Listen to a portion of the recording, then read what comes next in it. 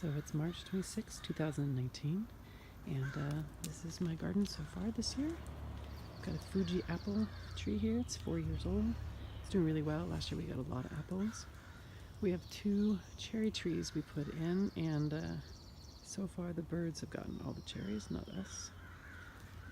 This right here is an Anjou pear. We got like 2 or 3 last year, but this year the tree is full of them, which is super nice. And swinging over here into my raised beds, I have some rhubarb here that I'm actually making some strawberry rhubarb scones this morning, which will be lovely. This is my squash bed. And then on the edge here I planted some cucamelons, which are actually getting quite big, which I'm surprised. This is Phoenix, my pup. They're going to go over my wonky trellises that look nothing like Jess's from Roots and Refuge, so I need to fix them. In this bed currently is all sorts of greens, oxheart, cabbages, kales, lettuce that is starting to bolt from some heat. But this is all has cucumbers coming up on the side that's going to trail over, which should be lovely.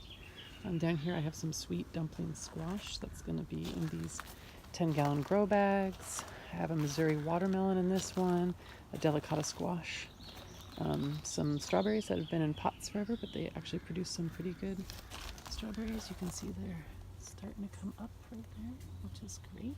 Hopefully I can get them before the birds do. This is my greens bed.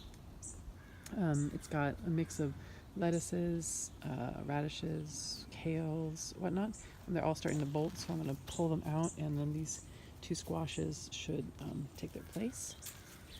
I've got my bed full of old heirloom tomatoes, which I'm quite proud of. They're doing beautifully, and I cannot wait to eat them.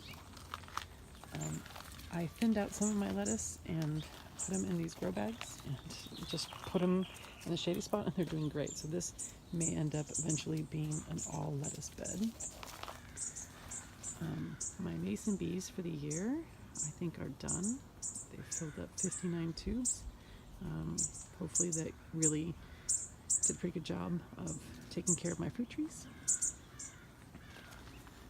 In this bed here I have 4 different types of eggplants, some leftover mystery tomatoes that I don't know what they are. I have a bag of carrots that I had been growing inside with a grow light, and they're doing quite well.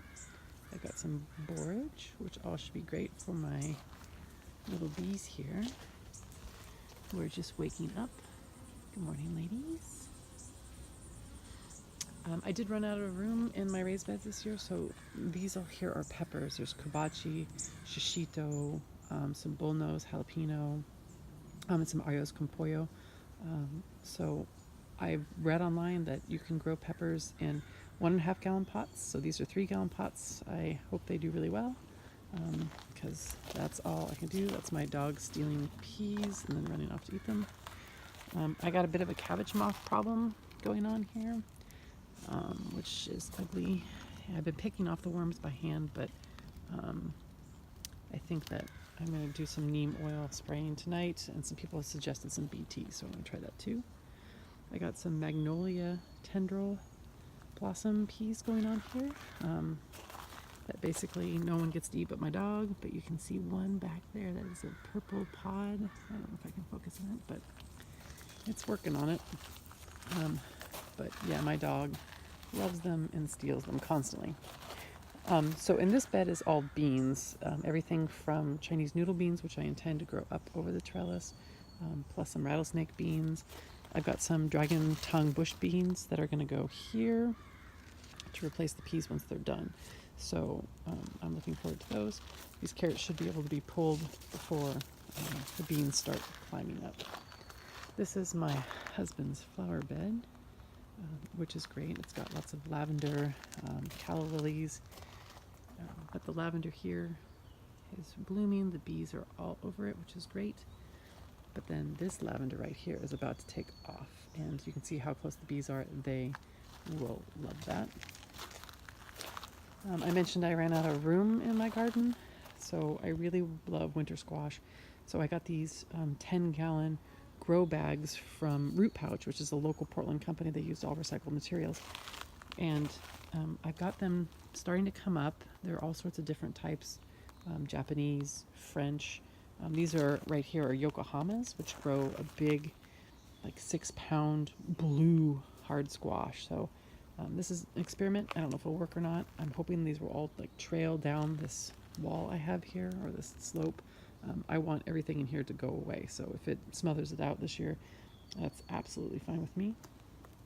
I also did an experiment with these tomatoes here. They are in buckets and grow bags and everything. That they're coming up on these panels, but I was gone out of town to New York and a frost happened.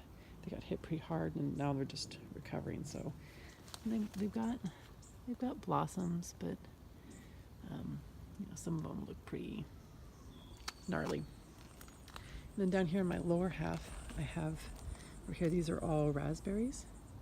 And I have another patch behind me that I've been moving. I'm hoping to put an asparagus bed over there next year. This here is what I call my little Zen garden. It's got an apple tree with a little bird bath. It's mainly for the bees. And then behind, I'm pretty proud. I built 3 compost bins just out of found material in my yard. It's my first time ever trying to use compost bins, and when I did a temperature reading the other day, it had heated up to 100 degrees, so I'm super happy. And in the back is my fake little red barn that my mom made me out of a cruddy tin shed that had been here when I moved in. So I've always wanted a red barn. Can't afford one yet, so this is what I've got. So I have my little patio area, but this is the front of, or the backyard of my little microfarm, and I have to say I'm genuinely proud of what I've been able to accomplish in a city lot in a major metropolitan city in the US. So anybody who watches this, I thank you, and I wish you the best of days, and I'll leave you with my girls.